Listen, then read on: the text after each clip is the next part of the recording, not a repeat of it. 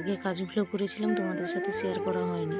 তো এখন ফাইনাল চা বানিয়ে নিয়েছি, তো চা আর বাসি লুচি দারুণ লাগে খেতে।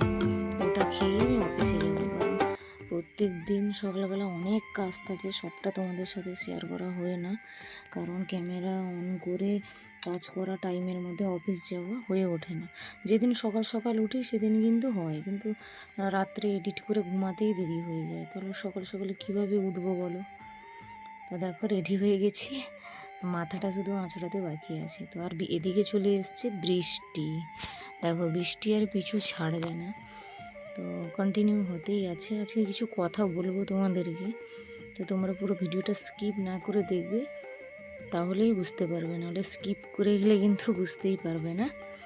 তো বৃষ্টিতে কিন্তু আমি হালকা বৃষ্টি পড়ছিলাম, ভিজে ভিজেই গেছি।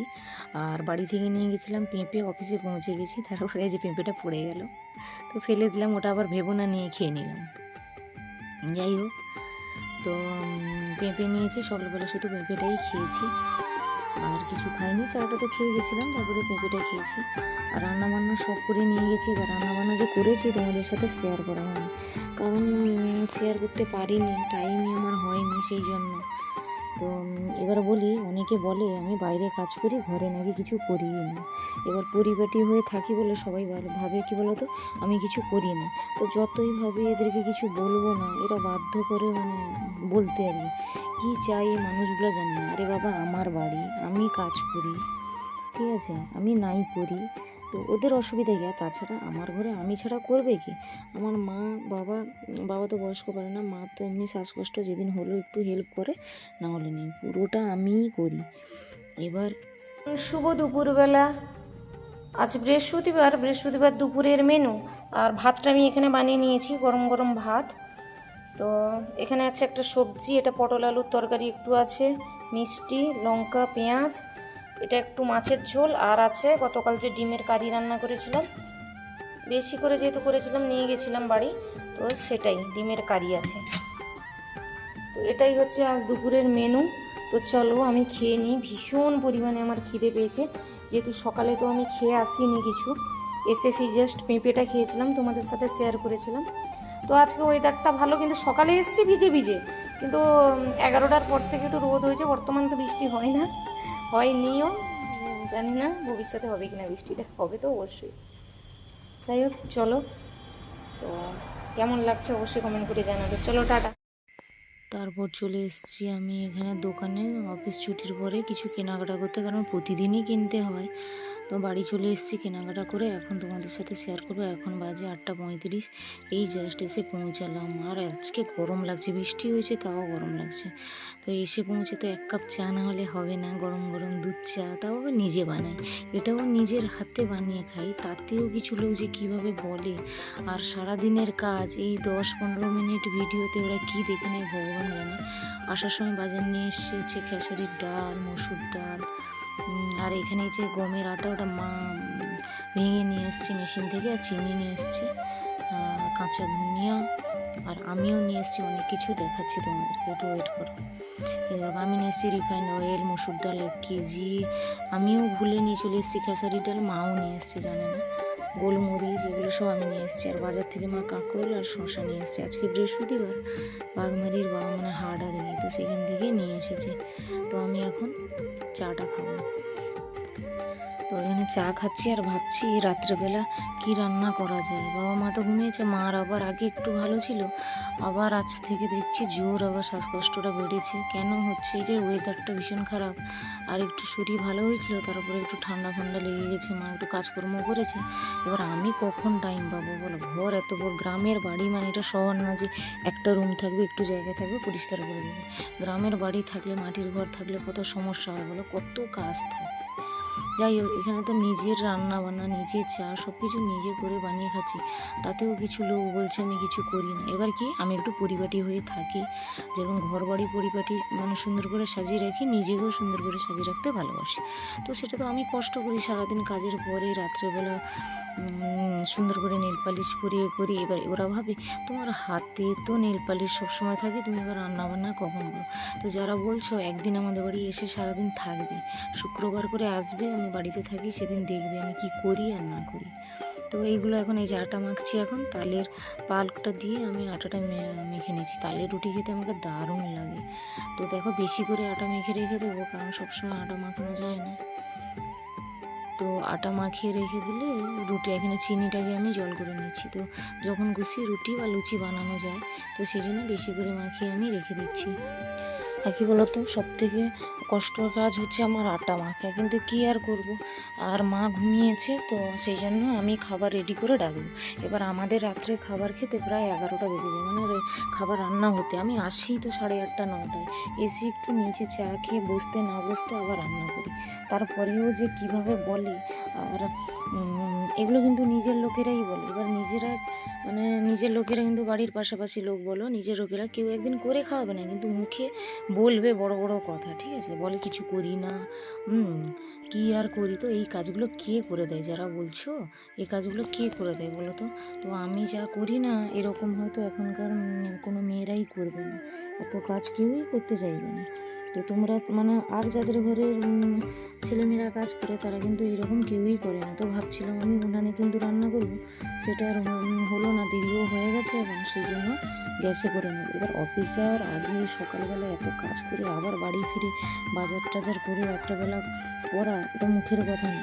সকালবেলা ব্যস্ততার মধ্যে কেটে যায়, সংসারের সব কাজ তো গুছিয়ে তো রাখতে হয় না। আমি তো যেমন তেমন করে করতে পারি না, সংসারটা পরিপাটি রাখতেই ভালোবাসি। রাতের বেলাও কাজগুলো এগিয়ে রাখি, তো যাতে সকালবেলা একটু সুবিধে হয়। তো এখানে দেখো আলু আর পেঁপেকে সরু সরু কুচিয়ে নিয়েছি, আর আটাটা বেলে রুটিটাও করে নেবো, আর আলু আর পেঁপেটা ভাজা করে নেবো। আগে আলু পেঁপেটা ভাজা করে নিই, সরু সরু কাটলে না বেশ চিকন চিকন করে খেতে বেশ ভালো লাগে। সেই জন্য একটু লবণ আর হলুদ দিয়ে ভালো করে এটাকে মেখে নিলাম।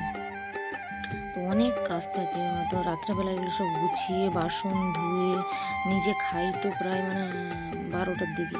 ঘুমাতে ঘুমাতে ভিডিও এডিট করে, কষ্ট হয় না শুধু ভিডিও শ্যুট করা না, ভিডিও খালি বলে ভিডিও এডিট করতে ভীষণ কষ্ট হয়।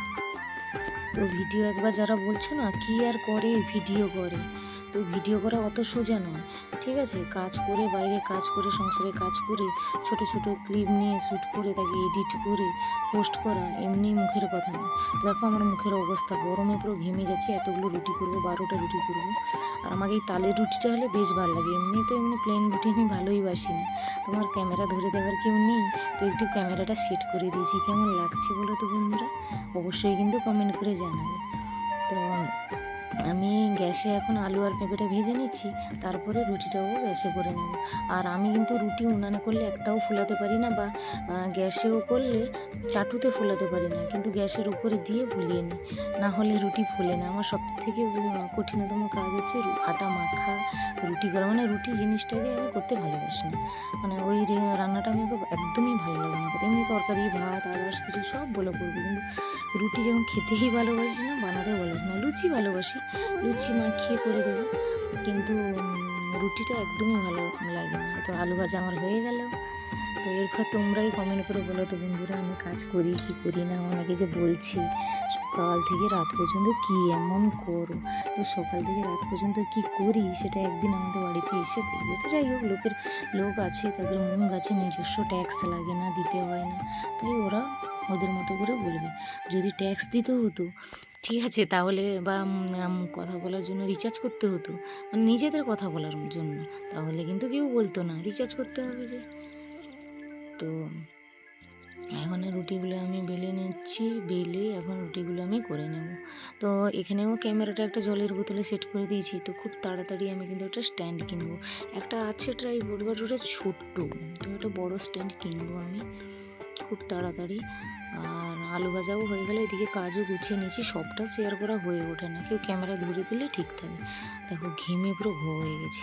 ফাইনাল আমি রুটি করে নিয়ে তারপরে আসছি, ঠিক আছে। এখন কিছুটা রুটি আরও বাকি আছে, তো এই যে দেখো, তো রুটি আমার ফাইনাল করা হয়েও গেছে। এখন গ্যাস ট্যাস সব মুছে নিচ্ছি।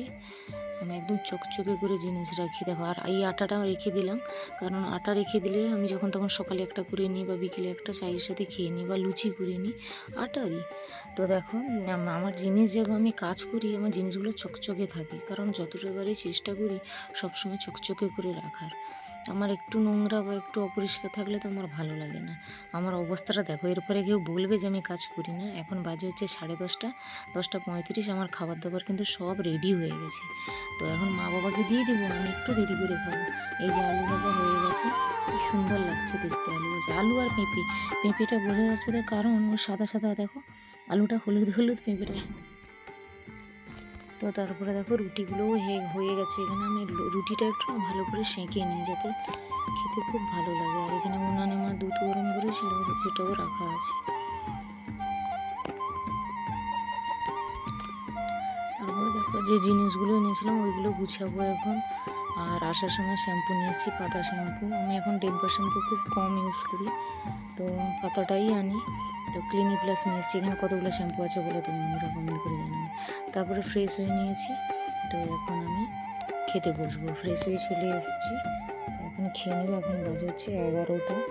তো আলু ভাজা, শসা, রুটি আর নিয়ে নিয়েছি পেঁয়াজ। এই তালের রুটি হলে আমি কিন্তু খাই, 3টে হোক, 2টো হোক, 4টে হোক। কিন্তু এমনি রুটি হলে 1টা বা 2টো, ভালো লাগে না খেতে। তো শসাটাও নিয়ে নিয়েছি। তো চলো, খাওয়া দাওয়াটা আমার হয়ে গেল। আর এখানে এই যে চিনিতে পিঁপড়া লেগে গেছে, না খাওয়া হয়নি এখন, হচ্ছে আসলে বয়সটা দিচ্ছি পরে, তো ওই জন্য বুঝতে পারিনি। তো খেতে বসছি, মা এখানে চিনিটা উড়িয়ে দিচ্ছে। তো এখন ফাইনাল খাওয়া হয়ে গেছে। খাওয়া দাওয়া হয়ে আমি এখন ঘুমাতে চলে এসেছি। এখন বাজে 12টা 20। দেখো খাওয়া দাওয়ার পরে সব বাসন টাসন ধুয়ে এখন গুছিয়ে এসেছি। কটা বাজে না, 12টা 20।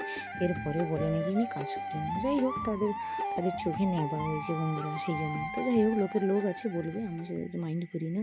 লোকের কথা শুনলে আমার পেটও ভরবে না, কোনো কিছু না, মনও ভরবে না। তাই যাই হোক, কেমন লাগলো আজকের ভিডিওটা অবশ্যই কমেন্ট করে জানাবে। ভালো লাগলে লাইক শেয়ার সাবস্ক্রাইব করবে। তো সবাই ভালো থেকো, সুস্থ থেকো। দেখাবে আগামীকাল একটা নতুন ভিডিওতে। সবাইকে টাটা, গুড নাইট, শুভরাত্রি, টাটা, বাই বাই।